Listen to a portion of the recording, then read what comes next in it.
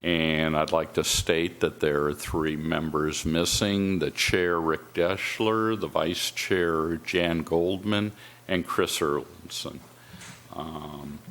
I'd like to go ahead and say we do have a quorum with 4, and I'd like to ask for a moment of silence.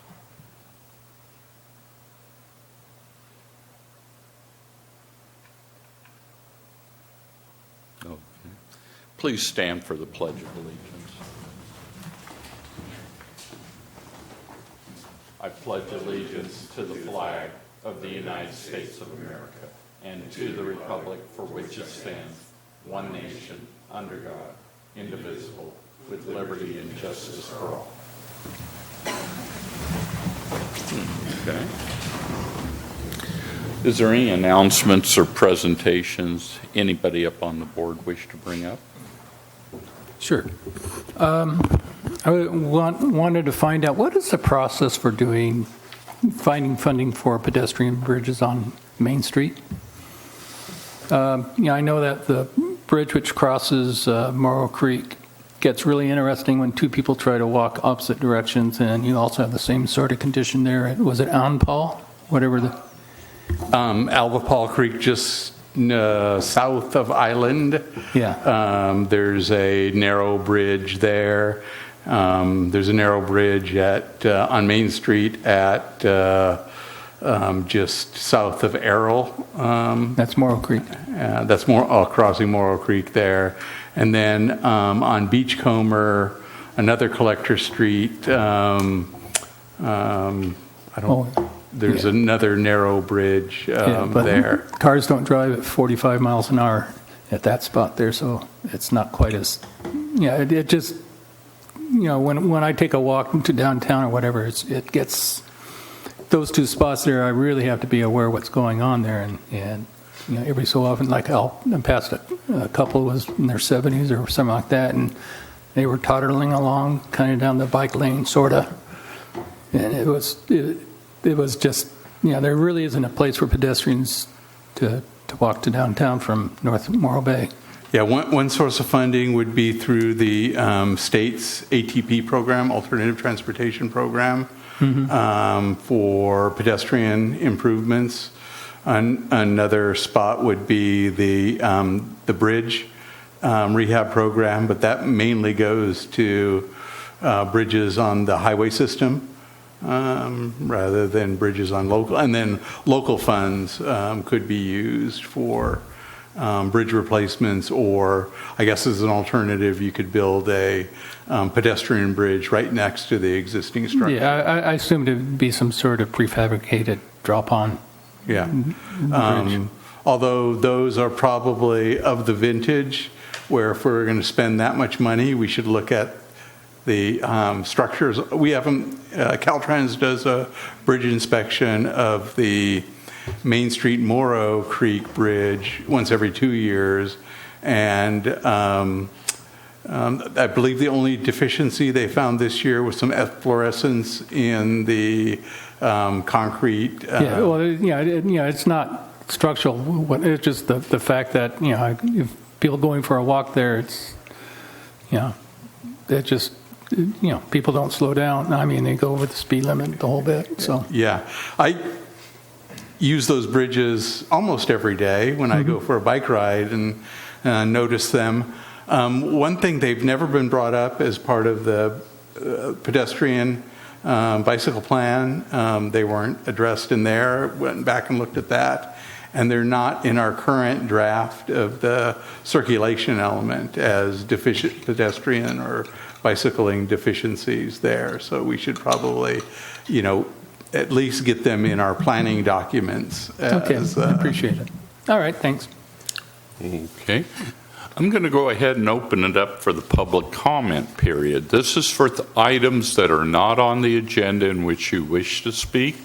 And if you do come up, please sign the paper with your name, please.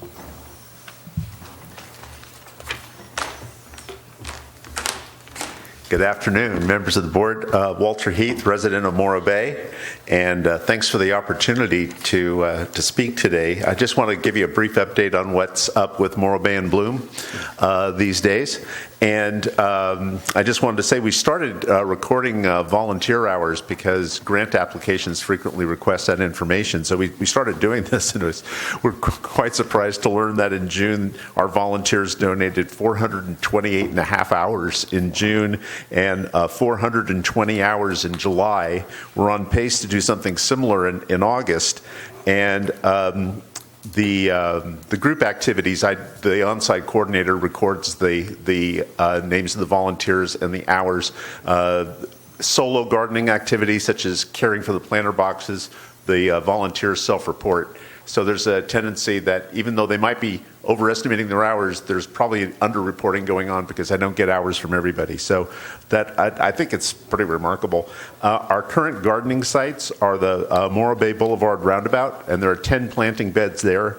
The Visitor Center, Chamber of Commerce, the downtown planter boxes, Centennial Parkway, which is the large chessboard plaza, the corner of Beach and Front Streets near Stack's Wine Bar, and that includes the bronze truck bench seat memorial to Nick Howell, the perimeter of the parking lot adjacent to Coleman Beach where people push off on the stand-up paddleboarding. And we do some partial work at the bike park, some partial work at the library. And I had this in an email to you. The one I missed is that we have a volunteer crew that waters 25 street trees on a regular basis. So we're pleased to be doing this work and very much appreciate our relationship with the Public Works maintenance staff. They're just super. So things are kind of going along well, and we're pleased. We're always looking for more volunteers. We're going to be at Centennial Parkway this Saturday between 9 and 11. People can feel free to come by whenever they feel like it. There's no obligation to come on a regular basis. So this Saturday, which will be the 24th, we'll be at Centennial Parkway, and we meet at the large chessboard plaza. Thank you. Thank you, Walter. And I want to say I walk this city quite a bit in downtown Morro Bay, and I go by the roundabout. And you guys have done an excellent job there in front of the Sinclair gas station, I think is where you've been hitting it pretty hard lately. And it looks very nice. Thanks. It's a beast, and probably a little bit more than we could normally take on, because we want to be sure that we're accomplishing something in 2 hours. So for volunteer retention, we don't want people to feel like, oh my gosh, we're never going to get this into a spot where we like it. But we're making real progress there, and I appreciate the kind words. Thanks. Yeah, I was wondering, does Sinclair donate anything? I mean, you did an excellent job out in front of in that particular instance, it's in such a hot. Normally, we don't do anything that's on private property. Right. That over time has had some public easements on it. The Dino Patch in particular. Oh. But in that particular instance, the gas station owner paid for all the plants. Oh wow! Okay. And I appreciate. And we and installed irrigation too, which is huge. And in the case of the Dino Patch, they put down 4-ounce geotextile weed control fabric, which is amazing stuff. It's a spun fabric. It's available in 4-ounce and 8-ounce, and the 8-ounce version is actually spec'd by Caltrans wherever they do asphalt work now, because it reduces the amount of potholes. The 8-ounce fabric is super supportive. I found that when we were kind of overlapping the 4-ounce because I helped the contractor install that fabric, when you overlap the 4-ounce, you're forming 8-ounce at that point. Very difficult to drive a 6-inch irrigation staple through with a hammer. It's incredibly supportive stuff. But you actually laid the wood chips and all. I think I saw your group out there spreading the chips. Right. Terry Simons was paid to do the kind of the grading work, and I helped him put down the weed control fabric because we didn't want it to blow away like a parasail over on the roundabout. And then Terry installed the drip irrigation system, and then what we did is we came in and we made the little slices in the fabric where the emitters were for the holes and dug out the holes, installed the plants. The prep work was so good on before we installed the plants that it took us 30 minutes to put in 101 roses. We had such a sizable crew, which is just how we like it, you know, and got them all planted. And so they're under drip irrigation. We've been doing a little bit of extra watering from time to time to make sure the plants get established. They are going to be amazing. It's a red ground cover rose with that green dinosaur. It really is going to look fabulous. Well, thank you again, Walter. You bet. We're enjoying it. Thanks. Yeah, and if I could I make a comment too? I really, Mr. Heath, I appreciate what you're doing and the Morro Bay and Bloom folks doing like that. I would, and I want to encourage you, and I'm kind of interested in the data that you're collecting, just in terms of the effort, time spent by volunteers, as well as possibly even expenses. Not to get too detailed about it, but I'd like to see a kind of a summary accounting of volunteer effort throughout Morro Bay by various groups, and just to sort of add it into the overall sort of city budget in a way, not officially added into the budget, but sort of look at it as an extension to, you know, what it takes to maintain the land and beauty of Morro Bay here. So I think it's a good start what you're doing. I've also myself volunteered with a nonprofit in Atascadero, doing trail building and maintenance of the new open space park there, the Three Bridges Oak Preserve, through the Atascadero Land Preservation Society, ALPS, just as a kind of a legacy of my parents having lived in Atascadero. But I think there's so many volunteer groups, and I know there's a group doing trail maintenance in Montaña de Oro and that kind of thing, that bringing more explicit awareness to the amount of time and number of people involved makes that effort or helps people understand what it takes to make a better livable city. Well, thanks. I'm certain that we're just a small cog in the large wheel of volunteerism that keeps Morro Bay going. We're just filling in gaps, basically, you know, where Public Works is working constantly with the small crew they have. You know the situation. And we're just trying to add that little bit of beauty that we want to see in the town. But, basically we're just filling in gaps where an amazing effort already exists on the part of their maintenance staff. Yeah. Thanks. Thank you, Walter. I've got a comment for you too. Yes, it would be good to see a sign out there or something that says Morro Bay and Bloom doing what you're doing and so on, and that's a way to stimulate, I would imagine, other people. That's a great idea. To get in there and help you. Yeah, we tried it. We have a banner that we put out while we're working that has the phone number and said join us, but it isn't always out there if we don't think of it. If we just kind of get into it and start doing it, that banner won't be out. But most of the time we've got like a 10-foot banner that we put out that say, come and join us, and it has the phone number on there where people can call. Thank you, Stu. Fair. Thank you, Walter. Is anybody else from the public wish to speak on something not on the agenda? Okay, moving on. We'll come to the consent calendar. There's actually two in play here. It's approval for the June 19th minutes and the approval for the July 17th minutes. We'll start with the June 19th minutes. Anybody have any questions or concerns of what's on the minutes? Could I get a motion to approve? I motion we approve the June 19th minutes. I second the motion. Okay. All in favor? Aye. Aye. Okay, now we'll go for the July 17th meeting. And again, is there anything anybody saw? Okay, go ahead. I wasn't able to make that meeting, so you might want to adjust the No. present.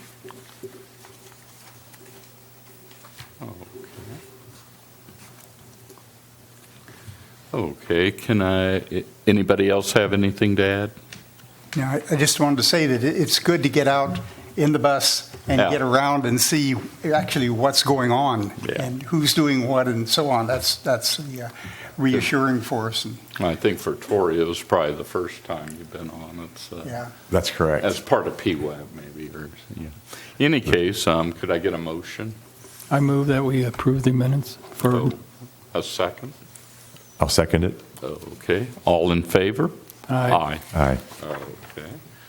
So we're going to move on to the first item on the business items, and that's the director's report.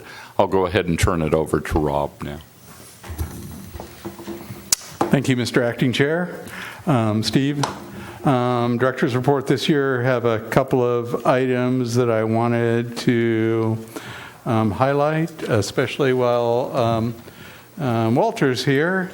As part of the call for projects, we're looking at awarding $5,000 that the City Council set aside in the budget for these beautification projects. $4,000 to Morro Bay and Bloom for their winter holiday themed downtown planter box, and also their spring summer themed downtown planter box, so their planter box program. And then to Morro Bay Beautiful, they're working on working with some business owners to replace the wine barrel planters out in front of businesses, and up to $1,000 for that project. So thank you for Morro Bay Bloom and Morro Bay Beautiful for making those applications, and we're happy to make that money available through our council to those projects.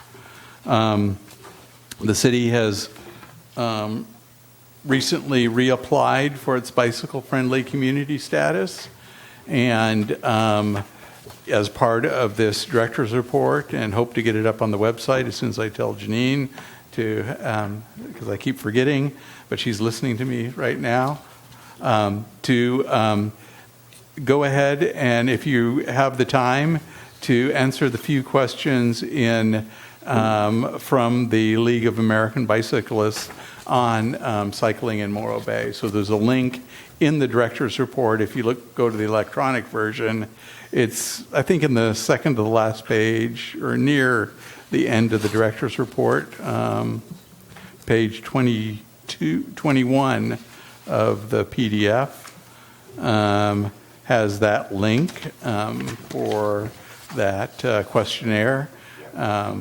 This fall, the league will be making those awards, and we'd like to at least maintain our bronze status as a bicycle-friendly community. I know I enjoy it. I get out almost on a daily basis to cycle around the area, and like to encourage anybody. In fact, we have an on-again, off-again, and a 5 o'clock bike ride leaving from City Hall. And if anybody's interested in riding about 20-ish miles, give me a call or an email, and we'll go for, add you to our list, and we'll go for a ride.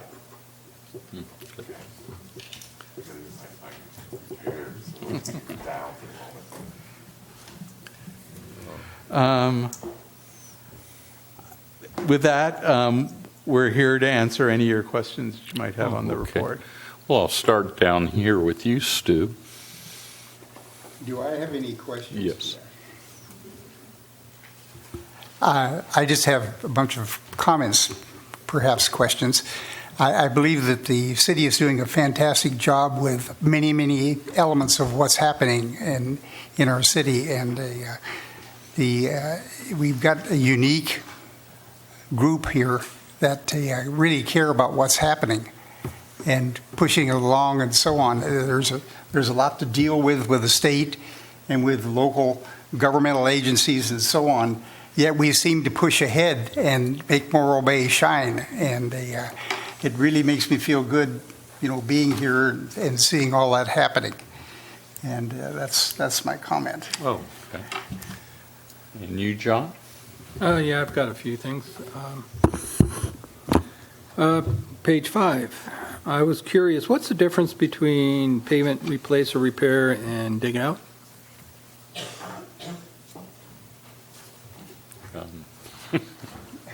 Yeah, I just was going through the thing there. I just realized that it wasn't clear in my head what you were trying to get at. I think there's little to no difference in what you're seeing there. It's the way the electronic system was set up initially. And if we were to change things now, we're going to lose some data, or it'll be hidden in the background. At least that's what I understand from our specialist, our consultant. So it will remain. We might come up to a point in time when we can combine those or somehow not lose the data by changing the name or deleting the name. Okay. All right. Good catch.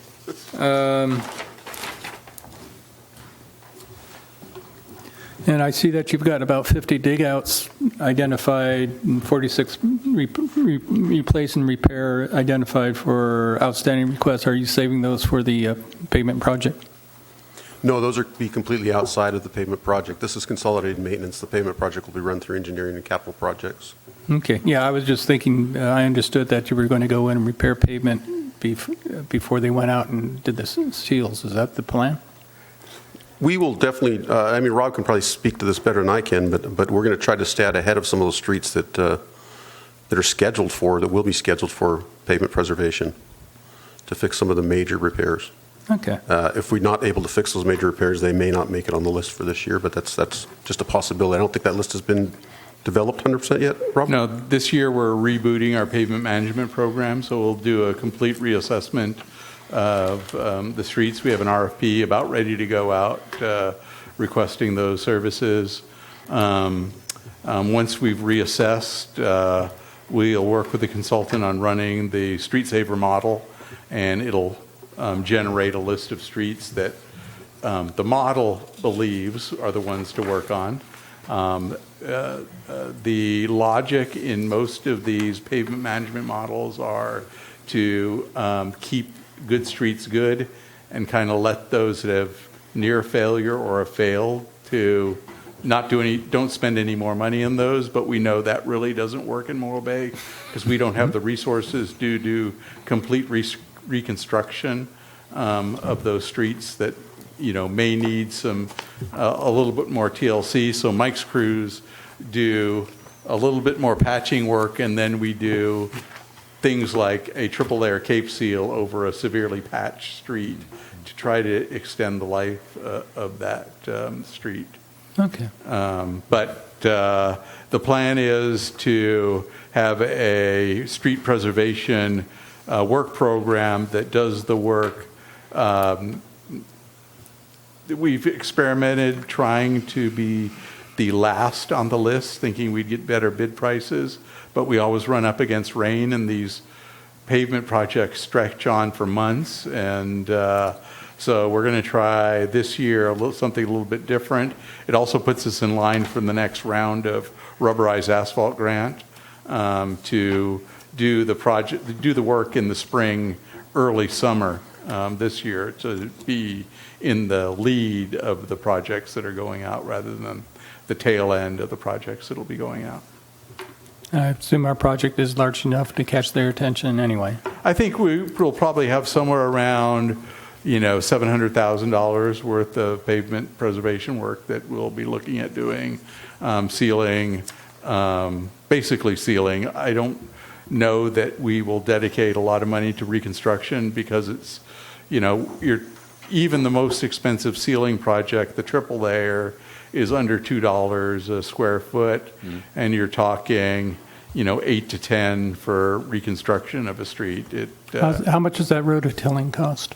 Excuse me? Where do you pulverize and pack it down again?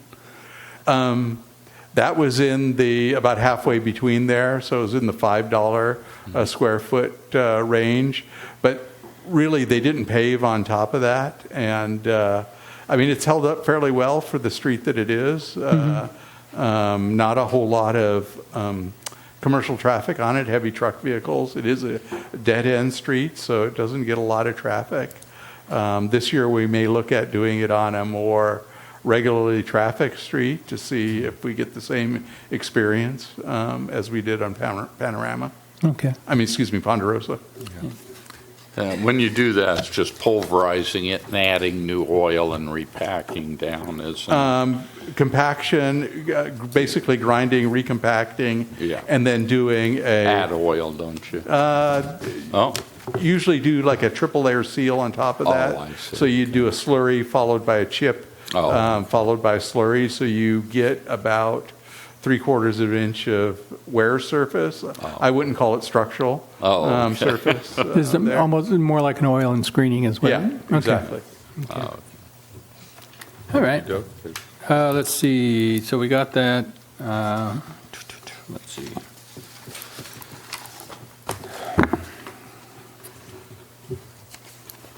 Had a question or a comment. I've noticed that down where I live on Las Vegas and Main Street, that I hadn't noticed that there is a more intense sanitary sewer odor down at that intersection than there was, say, last year. My wife says, with a super sniffer, says it's always been awful, but this is the first year where I've noticed it. Is there a process for figuring out what's causing it? Because is it just, would it be the Cayucas pump sanitary sewer there, or is it something from the city? They've made some changes, and Joe's going to go over what Cayucas has done to hopefully improve that situation. Okay. Yeah, we were made aware of that by numerous citizens that live in that area. And when we went out and investigated it, it is Cayucas' line. We notified Cayucas, and they've been very responsive. They met us out there, and we walked the line together. They have tried different odor masking and treatment type processes up there. They're trying to find a chemical that's a little safer for their employees to use instead of the chemicals that we currently use. So they've been experimenting with different odor type chemicals that they can possibly put in there. They've had limited success, and from my understanding, they went back to their original chemical. So it seems to be getting better. Okay. The next one is on page 17. You said you created four new standard operating procedures. From my experience when I was doing my job as a paid employee before, the SOPs was how you kind of made sure you caught everything. What sort of SOPs did you add this time? To be honest, I can't tell you specifically what we added, but what we've been working on under the treatment plant side is the sludge wasting procedures. How we actually remove solids from our system, how we actually pull the solids out of our digesters to our beds. So we're actually going through basically the more critical procedures. As you know, we're getting in line for a new treatment plant. But right now, a lot of the procedures we're identifying are more safety related. So we can actually not only document our safety procedures, but give the staff experience writing SOPs for when the new plant comes online. Okay, sounds good. Let's see, page 19. Let's see, So it says pavement management, FY 1920 program includes a complete revision to plan to incorporate sealing techniques not anticipated with 2011 management plan. Are we going to get a chance to look at that? Of course. Okay. So, like I said, the RFP is about ready to go out. We'll be selecting a, pavement consultant, somebody in the, like a PEI, pavement engineering, or, one of the other firms in this area that specializes in pavement design. They'll do with our staff, street assessment, and then we'll bring that street assessment, probably bring it in several parts back to PWAB. First do the assessment and then recommendations. Okay. And then I also had a note here about the pedestrian bridges, which, so you're planning on identifying those as a potential project, which maybe, would that be qualified for like the Transportation Commission, or what do you call the money which the county shares for local projects? The SHA or RSTP, there's various funding pots that we can look to. The thing with regional transportation funding, it's all oversubscribed. There are huge projects in the county that need to be, the 4641Y is several $1 million project. Oak Park Interchange project, our own Morro Bay Roundabout project is oversubscribed. There's more projects than there is money for right now. I think we'd have better success looking at some of the more specialty, like the ATP, the Alternative Transportation Program grant application, and those call for projects will be likely in spring of next year for this next round of ATP. And looking at those types of funding, perhaps the bridge rehab program, although we don't have the traffic that goes over our bridges as some of the other agencies do. Yeah, the one farther north is, I think those are culverts. It's not a. I think those are double 4x4 boxes there, so it might be something simple. Well, nothing simple once you get into a waterway. Okay. But it might be simpler than a spanning structure to add on to those box culverts. Okay. Well, thank you. This is all I had. Thank you. Tori, do you have anything? I don't have any questions about the director's report, but I would like to take this moment just to say how much I enjoyed and felt a great respect and encouragement from last week's city council meeting, where it was discussed both the local hire initiative for the WRF, or actually the components of the WRF, and then also the consultant to the city on the WRF progress of construction reviewed the quarterly report. And I just would say last week's council meeting, which had a big turnout in the community, union representatives, non-union local contractors, a wide representation in the community about the WRF, that I think we demonstrated a very great process of deliberative democracy here, right, in Morro Bay, and working out some of the issues which were resolved even that evening, I think, by the city council in a very measured and successful resolution to some of those issues. So I would just say for this meeting, we could reference last week's city council meeting in terms of a public works review and part of the process of doing public works in an open society here, like we are in Morro Bay. So. Thank you, Tori.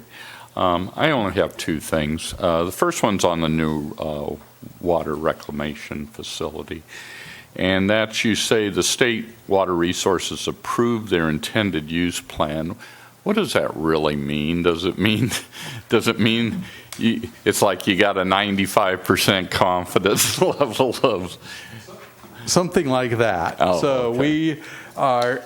we are recommended for funding of our project through the state revolving fund loan program for up to $1 million in loan and $5 million in grant. Okay.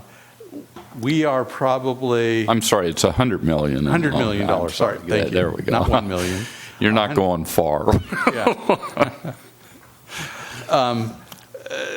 We also are finalizing our loan documents with EPA on the WIFIA loan. Oh, okay. The one thing we can probably guarantee is nobody's going to lend us more than we have the ability to pay back. Right. So those loans need to coordinate Yes.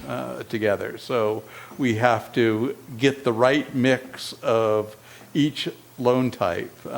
Ideally, we would get it all with the lowest interest possible, but likely that's not going to happen. There won't be enough funding for that. So we'll have a mix of EPA federal money, loan money, which is in the neighborhood of, I don't know, it rides on the 25-year state and local government rate, the 25-year slug rate, which took me a while to figure out how to find that number. And it's in the neighborhood of 2.5 to 2.7, but it may be going down with the drop in the 10-year rate. Yeah, Treasury. And then the SRF funding is, when we applied, it was 1.7. They did a bond sale at 1.3%, so we're looking at probably 1.3% money for their SRF funding. I'll get to the answer to your question.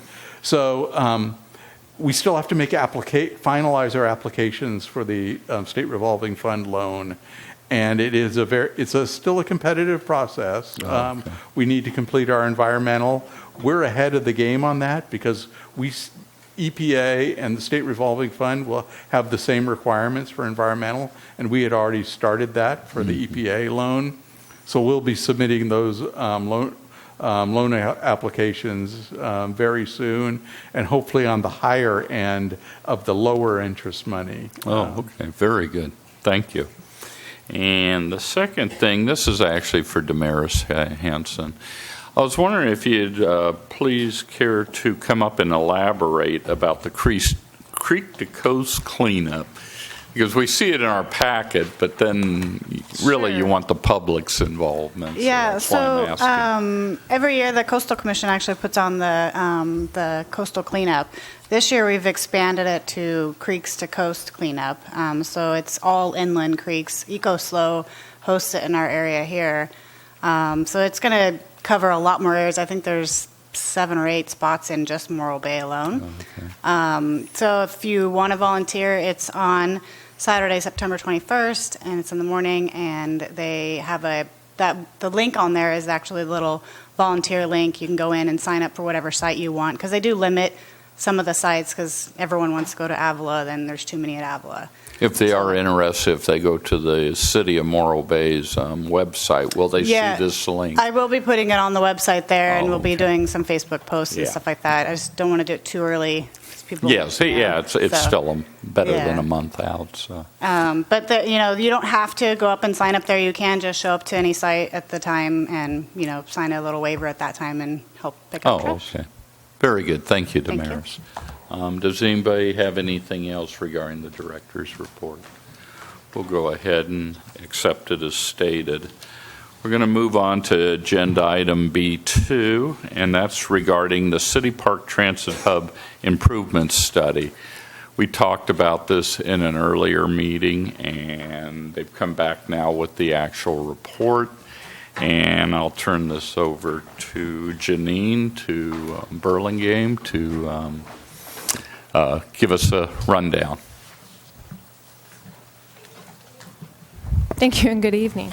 As you mentioned, we did have the City Park Transit Hub Improvement Study that has been under development. And at the tour that we did last month, we had gone out to the City Park site so that you could get a chance to see what that looked like if you hadn't been out there. And see the existing shelter, which was constructed in the early 80s and really hasn't seen any type of improvements or upgrades or updates to it since then. So it's about time to do that, as the useful life for that shelter we're nearing that time. And last year we had received a Rural Transit Fund grant in the amount of $30,000 to conduct the study. And what the study was going to do was going to take a look at and identify who are the existing users and the type of usage at that stop, and then evaluate the existing amenities and shelter and pull-in, pull-out area to see if there's any deficiencies or areas for improvement. And then it also identified projects and improvements that could be done over a course of time. And then lastly, it looked at 3 different locations around the park to see with those improvements what that might look like and do a cost estimate for that, as well as identifying any advantages or disadvantages to each of those. And the 3 locations that were looked at is the existing location, which is on the northwest corner of City Park, and what's called existing. And the second location was what we were terming the eastern location on Harbor Street, and that's at that northeast portion where the park narrows as you're approaching Morro Bay Boulevard, and is the gateway, kind of the gateway into Morro Bay. And then the other site that was looked at was the Morro Bay Boulevard side. And we have an attachment to, we have those site locations. And what we have done is, so basically, let me back up. So we have, not only is our local transit service, our year-round deviated fixed route service, and our seasonal trolley service utilize this location. It's also the connection point to the regional transit system that comes into Morro Bay and travels further on north up towards San Simeon, travels into Los Osos, and then back into San Luis Obispo. And we also have the school district who uses it 6 times a day for picking up school children in the mornings and in the afternoons, dropping them back off. In addition to that, the park also has individual groups who may utilize it and get public area use permits. And what we wanted to do was make sure that we weren't going to be interfering either with the park itself too much, as well as those individuals who might be utilizing the park. So we know that Art in the Park is one of the most physically intensive users of the park, and so we didn't want to do any major disruption to that. So when we were doing the study, when we were looking at the 3 different site options, we wanted to do an overlay of their booth layout to see what kind of impact there might be. Would there be any booths that needed to be and could be relocated, or would there be any that would have to end up being removed, and therefore they would also be losing out on revenue for those particular booth losses. And so in attachment 2, you have 3 of those 3 site locations identified. In addition, we listed what the advantages and disadvantages for that location, and particularly noted if there was a particular disadvantage for Art in the Park and any booth lossage in there. And so when we got a draft of the study and those initial site locations from the consultant, we met with Art in the Park. We've met about 3 different times and had discussions for those different locations, and if there were any if there were particular ones that were going to look like be kicked out because there's too many disadvantages, if there was some other location that might work out. And we came up with a couple of other potential locations, one that was in the middle of the existing and eastern, what we were kind of calling the center or middle Harbor Street side, and then another one that Art in the Park had proposed as a potential option to look at, which we're calling the playground side. And that's to the furthest northwest portion, so it would be further west of the existing site. And when we looked at both of those, the middle section option still had too many deficiencies and too much booth lossage for Art in the Park, so that we weren't going to be looking at any further. And then the playground side didn't have any real significant impacts to Art in the Park, but we did have some other issues that came up as far as having some additional expenditures with having to move playground structures that were not going to be a portion of any of the other locations that were being looked at, as well as some irrigation equipment and mainline areas that would need to be moved. In addition to that, there's the potential for I think it's a Proposition 68 grant fund in next year's cycle that we would need to be evaluating the park area, the playground area, and the restroom area for a potential project with that. So we didn't want to cut into that space in case that might impact what options we may have for some projects for that grant cycle. So it came back to taking a look at the existing site, and with that, it's contained within the existing footprint. There's not too many disadvantages. It takes care of issues with the site visibility between the driver and the passengers who are waiting in the shelter. It would also provide, it would address some of the ADA issues for the sidewalk, for the wheelchair loading and unloading. So, and it's also a site location that Art in the Park could support as well. So as far as improvements, if you look on page 26 of the agenda packet, there was a number of improvements that the consultant had come up with, some of which are not being included for a near-term project on page 26, because there may be some additional evaluation that needs to be done. So, for example, the driver staff area, break area, and restroom area that's separate from the public area, that's something that might be evaluated more closely with that Proposition 68 grant fund to see if that's something that might work there or not, as well as spacing and funding for that. In addition, something like the ticketing booth for the regional transit passes and regional passes, they're not ready to have that go online at the moment, but we do want to make sure that we have space in the existing spot that we're going to be looking at and recommending, and make sure that we have space there for that in the future.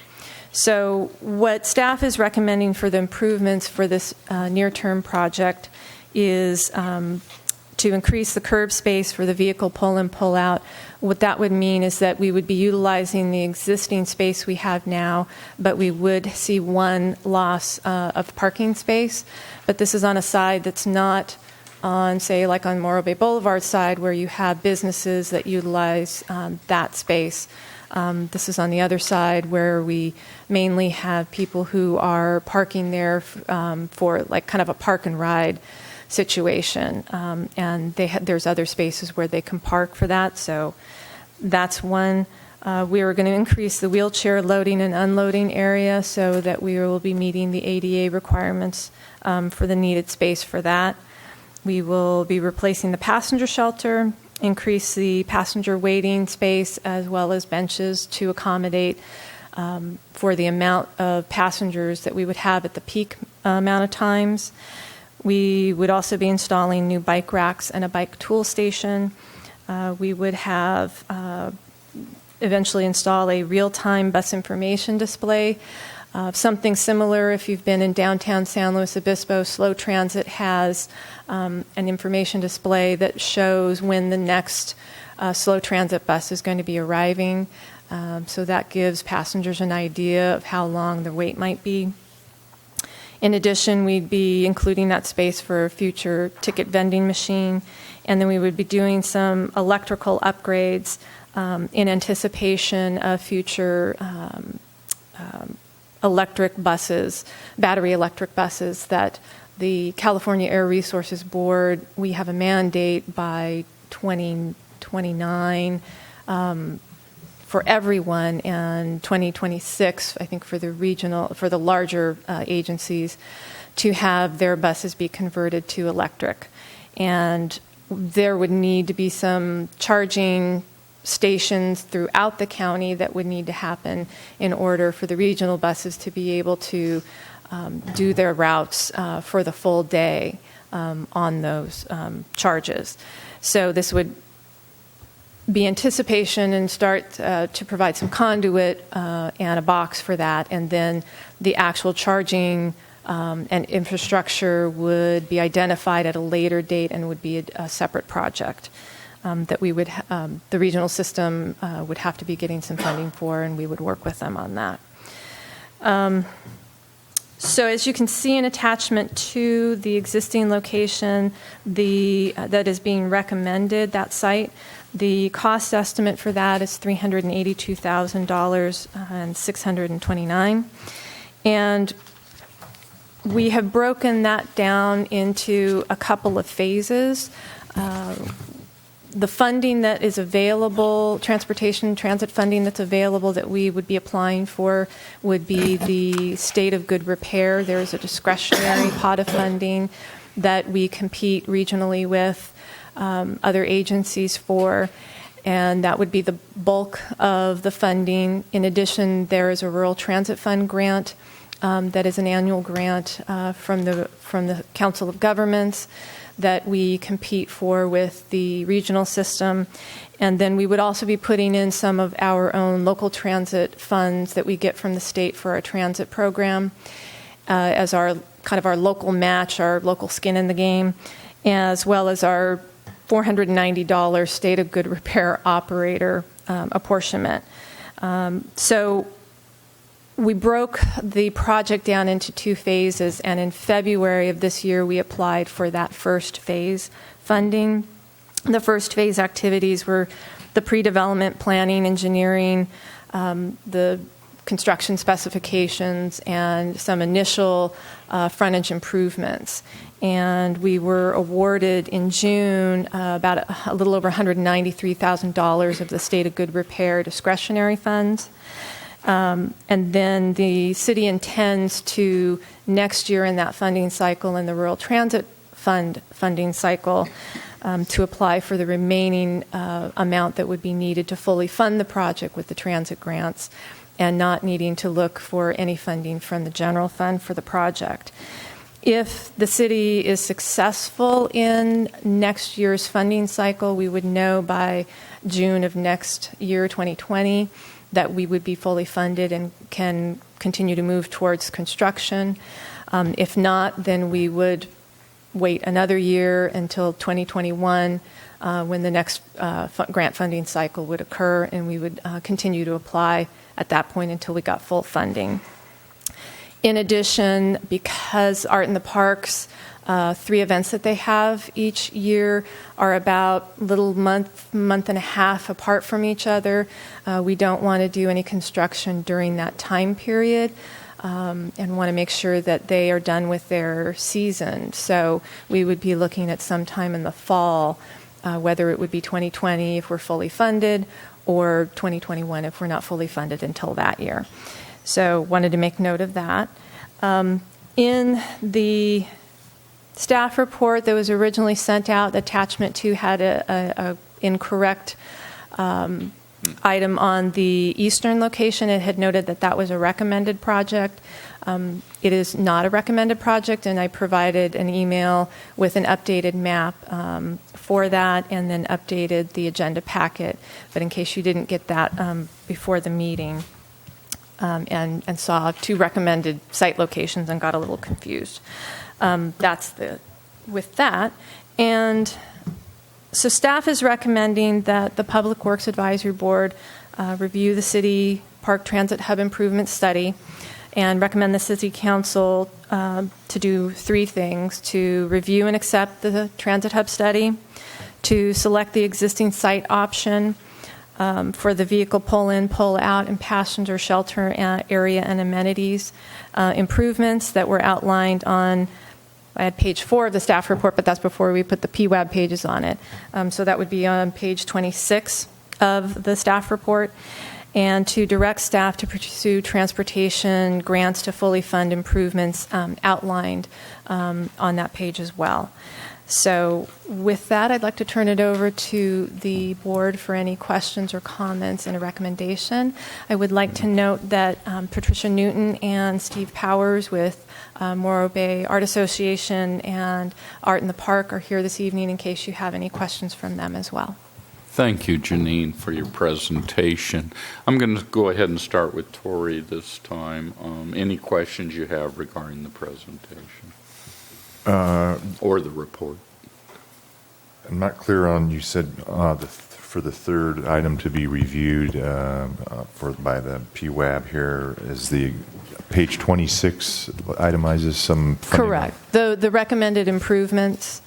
But where is which page 26? Oh, on Page 26 of your agenda packet. Oh, okay, yeah. And it's at the top of the page. Oh, okay, yeah. And it says recommended transit hub improvements. Those are the ones that we're referring to. My only question really is the existing, is the staff recommending the sawtooth element of the existing site? No, we asked the consultant to take a look at that to see if there would be enough street width to be able to accommodate something like that, as it's an easier pull in and pull out. And unfortunately, we don't have enough frontage and street space to be able to do that, so that's not being recommended. So Okay. the pull in and pull out area would function like it does now. It's just there would be a little bit additional space that would be needed in order to accommodate at a peak period of time with the peak number of buses there, those bus lengths, the bike racks on those buses, and then a space in between for pull out or pull in from one vehicle to another. Yeah. Okay. I have no questions. Oh, okay. I'll move to John. I have a few questions, so what the heck.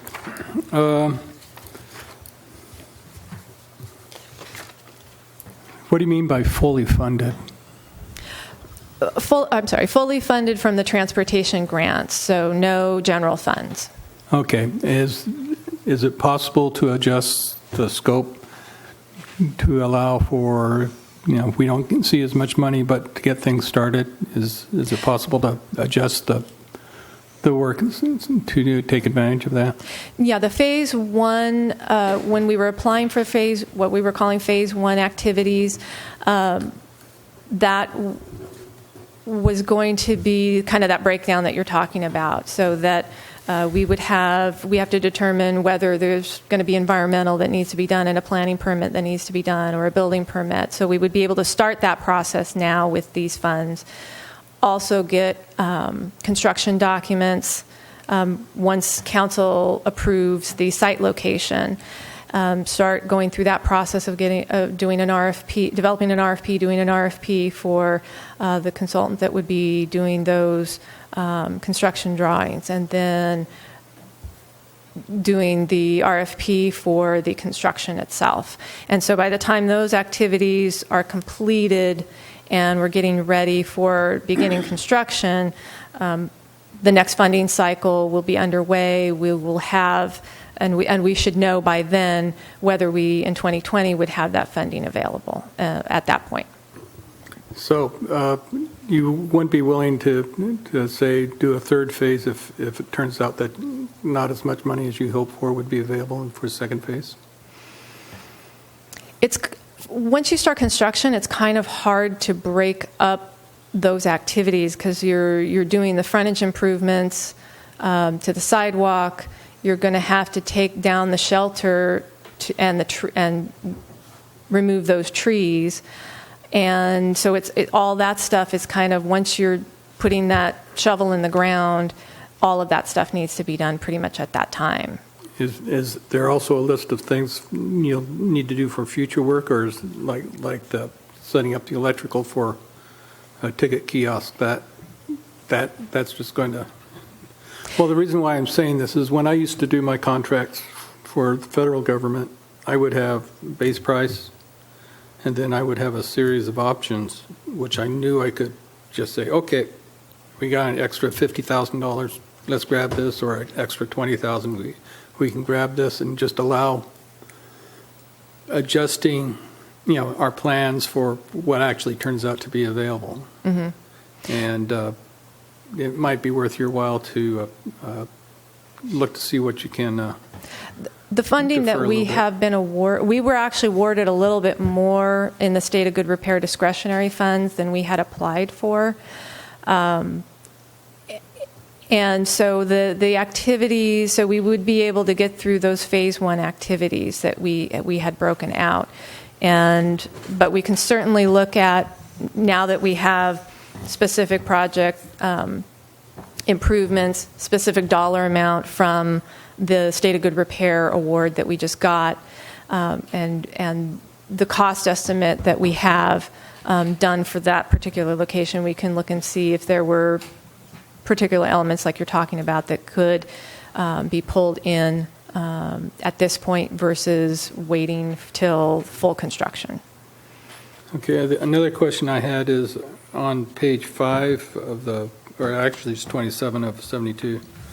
You've got a price of $382,629, and then when I take a look at the report there, the preliminary estimate says like, which one is that? You're looking in the study? Yeah, and so the numbers don't seem to. Yes, and I didn't mention that. I've got a little verbiage in the staff report, but I didn't mention it in the presentation, and I'm sorry. In the study, the cost estimates that are in there are including all of the improvements that the consultant was identifying that could be done at that area. So, for example, the staff driver building for the break area and separate restroom area, that's included in the study in that cost estimate. It's not part of the improvements that we're recommending for this near-term portion. So the cost estimate that's on attachment 2 doesn't include that. So there's a few items that are, like, I think there was also an identification for the art component, and there was a dollar amount for that that we don't have included at this point because that will be coming after construction, or as we're doing construction. We're going to work with the Art Association on identifying what type of art component we want to retain. We have murals on the existing shelter. Those are going to go away, but we didn't want to lose an art component, so we do want to have something with whatever project occurs, whether it be another mural somewhere, whether it be a sculptural piece, but that is to be identified later. So that cost component wasn't included in with the cost estimate on the attachment 2, but is included in with the study. Do you have a cost estimate for, basically taking that preliminary estimate and rearranging it for the selected items somewhere which could be shared? Like the detail breakout, like is in the study? We do have that. I don't have that with me, but it's something I can forward to the board. Okay. For each of those. All right, and then let's see. I was looking at the report and didn't see too much in there, which I could. But one question did pop up. They're proposing 4 on 8, and this is more or less for Rob or Bob Wilcox. Is 4 on 8 appropriate for that area of the city for the anticipated traffic? I think it's good for estimating purposes. I think once they get into final design and actually get a geotech out there and do R-value testing, they can actually do their detailed pavement design. But for that heavy traffic in this area of the city is fairly forgiving as far as underlying soil type. More granular material than is up in the north end may be appropriate for estimating purposes. Okay. Yeah, just when I worked for the city of Vacaville, we knew down to almost the block what the expected pavement requirement was going to be for whatever. I mean, it just, we had them do the study, but we knew the soil types to the point where it was more to confirm what we knew than it was to and to make sure that the proper design was. But so your expectation is 4 and 8 is what's been done around there before? Somewhere near 4/8 will be the final design. Okay. Thank you. Okay. Stu? Moving forward into the next decade, which is what we're planning for here, I would imagine, and we're going with electric buses and so on, how much ridership do those buses have? Do you have statistics on that? in the, I think you showed 20 for the RTA buses, and then yeah, on and then page 12 24. for smaller. That was, that's not the total ridership. So are you looking like daily ridership or? Oh. Daily ridership, what's going on, and what do we need to provide here to Yeah. make our residents and our visitors happy? Yeah, that's on page 24, table 1. That's the summary of the different, that's arrival time, different arrivals. I don't have that information on hand. I think that's something that they did talk about in the study, and had that information as far as ridership.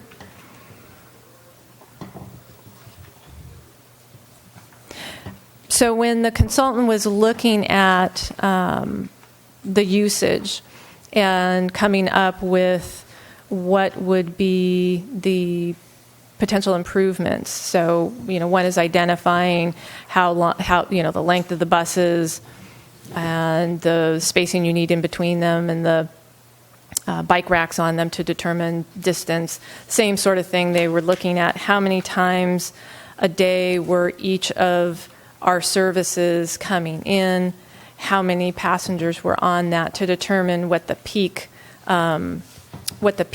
amount of riders would be. And that's how they were determining for the passenger amenities, like how much bench space that we should have for that. And in table 3 in the study, it shows, let's see, for Morro Bay Transit, daily usage for the fixed route call ride service of 17, with an annual ridership of 2684.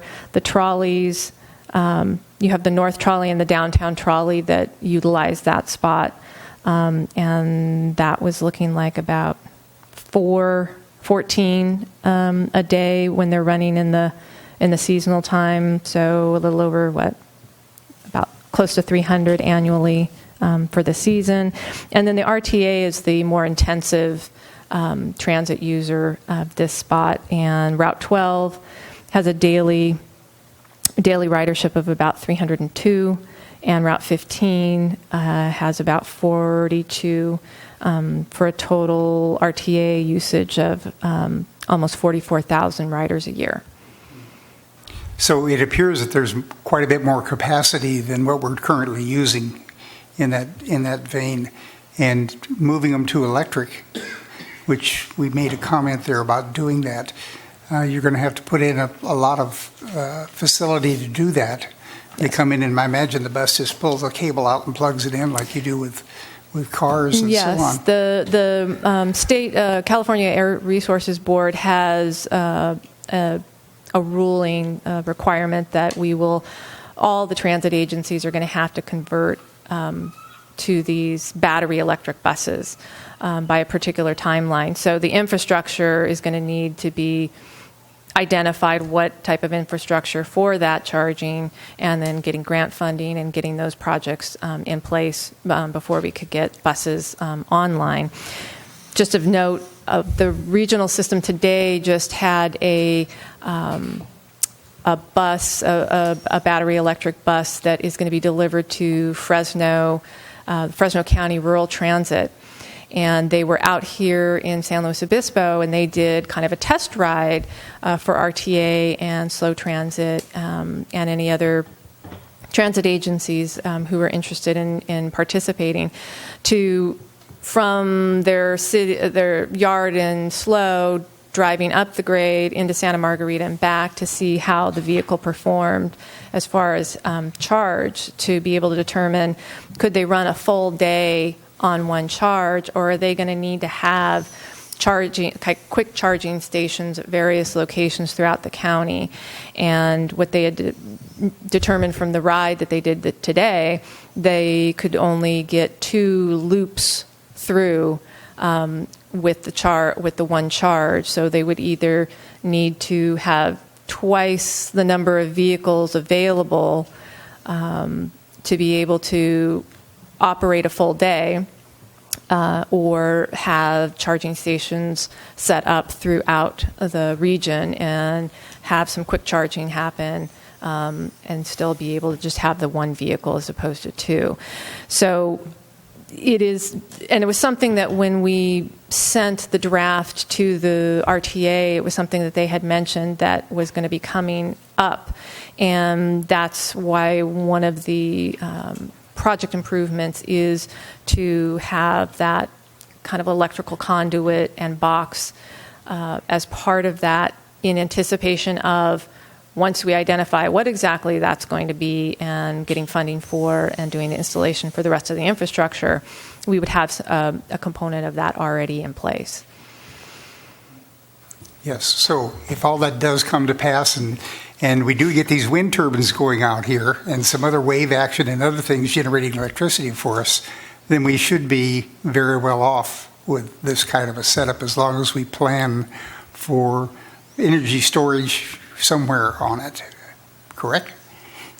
Well, and that's what we would need to do is work with the regional transit authority, work with Slow Transit, have a working group, transit working group, since we're all having to come up with something, and identifying what would be the best methodology for operation for those for that infrastructure, so that we're all pursuing we're all able to utilize the same infrastructure and not be doing something different. Good, that's all I have. Okay, thank you, Stu. I have a few questions, and the first one is the existing shelter. How many people does that seat right now? About 4 or 5, something like that? Well, we have the concrete couch, Yeah. the art couch, And an that easy chair or something like there that? there are. I can't remember if it's 1 or 2 benches that are on the outer portion of it. Okay.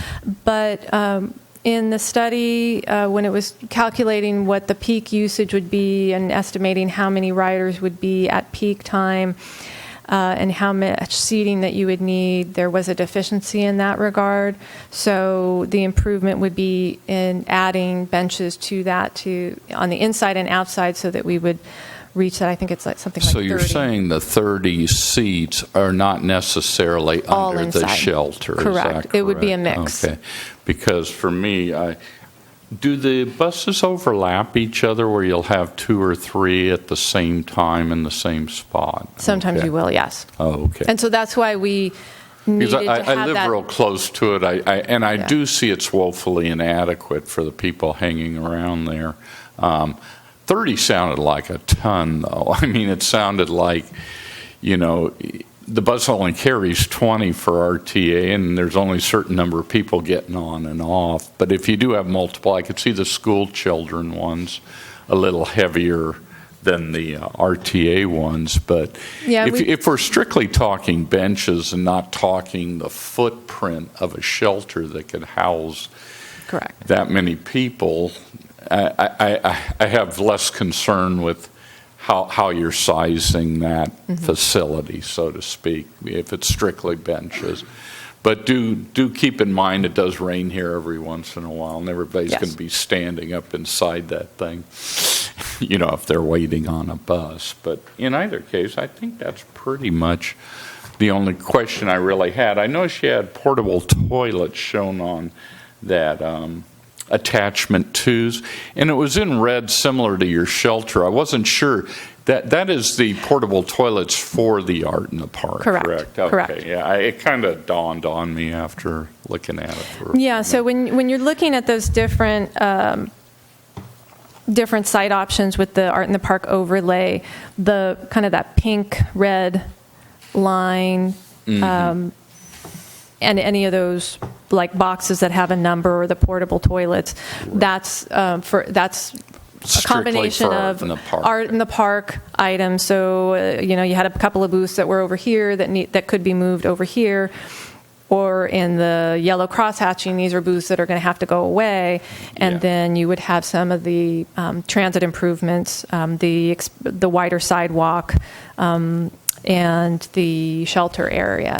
Oh. So it's kind of a combination of those. But yeah, the portable toilets are for the art in the park, not for Yeah, I wasn't sure because I year-round knew transit in the use. earlier part of the staff report, you spoke about trying to provide facilities for the drivers and a break room and all these things, but I never saw it Yeah. physically shown or put Yeah, in the. and in the report, so right now the driver break area, where they have that physical separation from the public, where they can have a break, where they can use a restroom without being followed into the restroom by a passenger.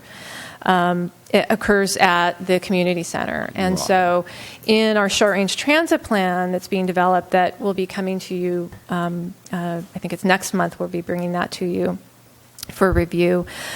They did note in there that it would be preferred to have that break area happen here at City Park because it is a transition point between the local system and the regional system. And How long do they hang? I got to ask, how long does the bus shut down to? well, the regional system used to have a layover at this site for Oh, about okay. 15 or 20 minutes, but they redesigned their schedule, and they now no longer do their layover here. They do it elsewhere Oh, along their okay. route. I see. So they come in and they're maybe stopped for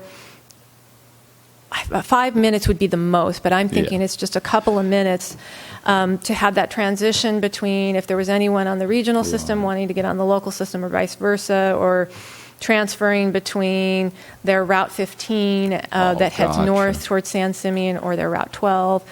So it was prudent to go ahead and drop the break room side of it Well, based it- on the fact they're not here long enough to actually make use. Well, they could if we, if they're always looking, and we're looking at modifying our route timing so that right now, RTA, they go out to Los Osos, they come back to City Park, and then they go to SLO. So they're back at City Park 2 times, Oh, whereas we're only there 1 time for one of our loops. Oh, I So we're kind of sort of in the middle of when they go to Los Osos or when they go to SLO, and so that can be a lengthy wait for a passenger. Oh, It's okay. either like a half an hour or sometimes it's a 40-minute wait, depending on which direction they're going.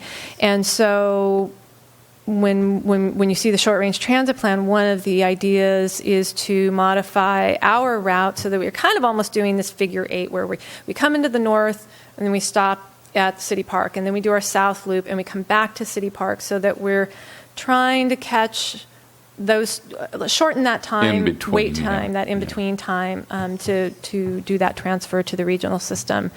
That helps eliminate a barrier that somebody may have that doesn't ride right now because it's too long. oh, okay. So if you're able to shorten that, you might be able to get more passengers to start riding both. Oh. And so the timing, as far as the break area,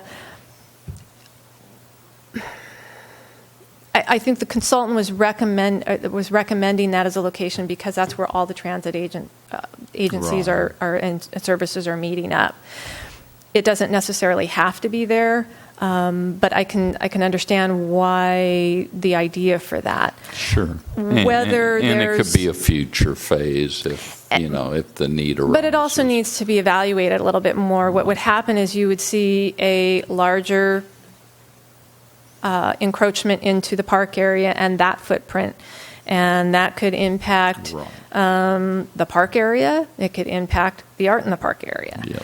And then depending on what happens on that very far west side with the playground and the existing public restrooms, and then on the other side where the shuffleboard court and some picnic tables are, that would cut into that area as well. So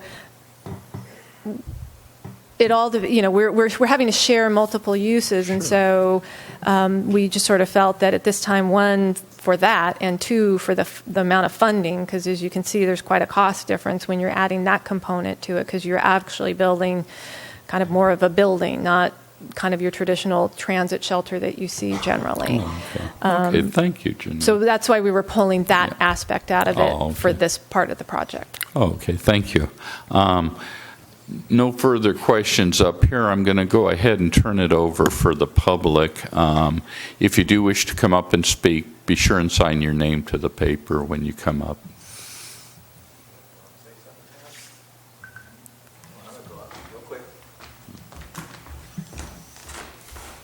Do I have to turn this on? Doesn't look like it. No, I'm you're on. Steve Powers. I'm art show director for Art in the Park.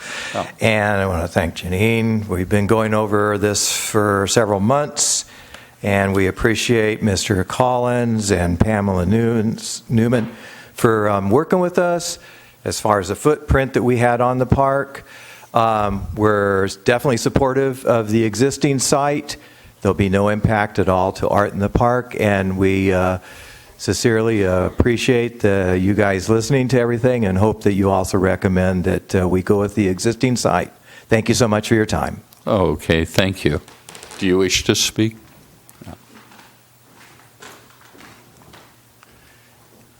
Hi, I'm Patricia Newton, and I also would like to just say thank you very much for your time. I would like to thank Janine Burlingame for all of the work that she's done with us.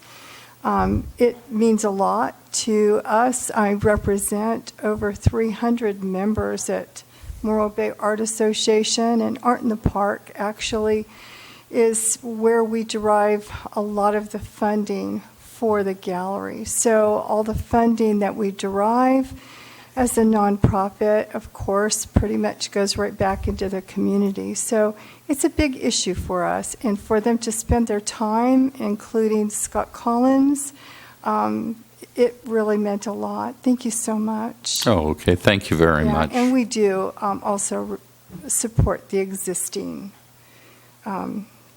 Location. location, yeah. Thank you. Okay, thank you. Okay, I'm going to bring it back up here to the board and close any further public input. I'll start with you, Stu. Do you, what they're asking, well, let me go through it a second. What they're asking is review and accept the study, pick the existing option. This is the recommendation of staff, and then direct staff to pursue the transportation grant. So that's what we're going to be voting on today. And I guess the question is, do you have any concerns about the existing location that you see a better, that's what I'm trying to look for right now. Yeah, and as far as location, the location looks 100% to me. I think putting the buses in on an angle would be a better solution to it, because I had assumed that they can back up a little bit and then turn the wheel left and pull out without any issue there. And that way they'll... I didn't catch it being on an angle, did I? The sawtooth, the angle is not what's being recommended. It was evaluated as part of the study to see if there was enough space to, because basically what you're able to do is you just pull in and you pull out. You don't have to do any, you don't back up at all. You don't have a situation where you're kind of like this and having to kind of pull in at an angle. You're kind of eliminating that. But we just didn't have the width of the street area in order to be able to do that, and then have the sidewalk width that we need to address the ADA issues without really cutting into the park quite a bit. The other thing, Stu, it's right at the fire station. Last thing you want to do is have a bus halfway sticking out in the street when they're coming out. That's probably true. And if the buses do end up being electric, they need to plug in with something, so there's going to be some sort of a plug or something there for the driver or somebody to get out and plug it in, since they've come from Slow or wherever they've come from, But you're looking at parallel parking along the curb the same way you do now. Yes, as existing. And we've got enough space in that parallel parking to get in, was it 5 buses? I think it was 4 at peak time. And so with this... Some are really short. Some of these things are more like vans, and they go up. Yeah, like our cutaway buses are smaller than the regional buses, and our trolleys are in between the regional bus size and our cutaways. So what they did was they looked at, okay, what vehicles are going to be there, what are the lengths of those vehicles, including not just the vehicle itself, but a lot of us have on the front and the back, we have bike racks, and so that adds additional space. And then you need some space in between and space for pulling in and pulling out. So they came up with a calculation of how much linear feet that they would need, and then determined that we would need one parking space, or to extend out into one parking space that we currently don't extend out into in order to accommodate that. Okay, and then they'd pull up and then turn their engine off until they're loaded, and then. Sometimes they don't turn He said their no. engine. They don't turn off the buses. I mean, they don't turn the engines off. So they will pull up. So what would happen is that the first vehicle pulls up to the front, and then the second vehicle, if there's a second vehicle coming in at the same time, it just pulls up behind it. Okay, is that it? That's it. Okay, John? No, I really, you answered the primary questions I had. No, okay. You answered the primary questions I had. Oh, okay, Tori? No, I have no questions. I would accept the plan. I am in favor of the existing site, and I encourage the staff to pursue the transportation grant. Well, my feelings are that I go along 100% with the recommendations, especially in light of the fact that the building isn't going to try to house 30 people, because that'd be a fairly large building, and I was a little concerned about that, because would you have to lock it up at night? Would it become an undesirable use somewhere around midnight? These kind of things that happen around City Park, because it is one of the places where a lot coming into town congregate, and for that reason I was a little concerned about a large facility that was open 24/7, so to speak. In either case, it sounds like everybody's pretty much on board. Well, why don't we put it to a vote to accept the recommendations of the staff? If somebody give me a motion. I motion that we accept the recommendations of the staff. And I'll second that motion. Okay, all in favor? Aye. Aye. All right. Okay, that's, let's see, what do we have? Let me go back to the beginning. Okay, any future agenda items you have, Rob? As Janine mentioned, the short-range transit plan will be coming back to you along with the, once we get moving on the pavement management plan, the street assessment and the recommended streets. Also, later on in the year, we'll likely be looking at capital projects for next year's budget. So take an earlier look than we have in previous years at those recommended capital projects. Oh, okay. And I was asked by Mr. Skiff, he would like to bring up an announcement at the end of the meeting. Oh, okay. We're at the end. Good. Yes.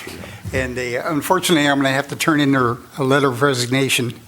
And it's been a good ride with Rob and the rest of you, terrific staff. It's amazing what we've done. It's been a pleasure working with all of you and other members of the PWOB board, some that aren't here. And it's my belief that many objectives have been achieved during the time we've been here and been doing things. And it's really heartening to see that the funding keeps going down in numbers, so that makes it easier to move into our wastewater treatment project, which I believe is sorely needed. And it's my belief that other issues also still need to be addressed in this city. And part of it is paving the rock. That quagmire we have in the fall and winter time out there is really something, and there should be a way to work it out so that we can get some pavement out there, so that people aren't. I almost broke a shock on my car out there going across the pavement. And we also need to improve the traffic flow. We need to do something to get some buses and get maybe another route back up to the city. That needs to be done. There's a vista view on the west side of the rock that could be utilized, much like they've done at the Grand Canyon. And the Selenian Indian tribe is involved in the rock, I assume. and he's putting something up there and maybe having an elevator or something that gets people up there for a certain amount. Maybe that would fund the rock or fund the traffic. I'd like to see PWAB elevated to Public Works Commission. And so that because the city council here seems to be all they can possibly do till 11 or 12 or midnight, or you know how long it's been going on. And there's a lot of decisions to be made by the city council, and some of those decisions could be made by the Public Works Commission, much like when I was in Folsom many years ago. That's what we were a commission, and the council could always override us, but they seldom did. But we'd take a look at it and so on, and everybody works hard in doing that. I think that in looking at the Embarcadero and some of the other facilities, it needs to be one way. There needs to be some thought organized to make that traffic flow better down there. And lastly, Morro Bay could be an ISO, independent systems operator. And I understand there's a movement in that direction, and we've got all this power that's going to be generated out there in the ocean that we could pull in here and make Morro Bay an independent systems operator. Oh my gosh, that would give us revenue to fund many, many different projects. So that's kind of what I wish. And my wife and I are going to move to the next chapter of our life, and she's having trouble with mobility and so on, and we're in a 2-story house that overlooks the ocean over here, and it's more than we can handle right now. So we put our house on the market today, as a matter of fact, and we're going to sell it and move on. But it's really been good working with Mr. Livick. His head's up at a good baritone, and the rest of the city staff. You're all wonderful people, much better than what I've had before, and we very seldom have any disputes or arguments. But there's other things that need to be done in moving forward, and you're going the right direction. So that's all I have to say. Oh, okay. Thank you, Skiff, and we're really going to miss you. I hope it all works out well for you. Yeah. With that, I'm going to go ahead and adjourn the meeting till the next month. I don't think we have a date on it yet. Is that correct? I didn't see it on the staff report.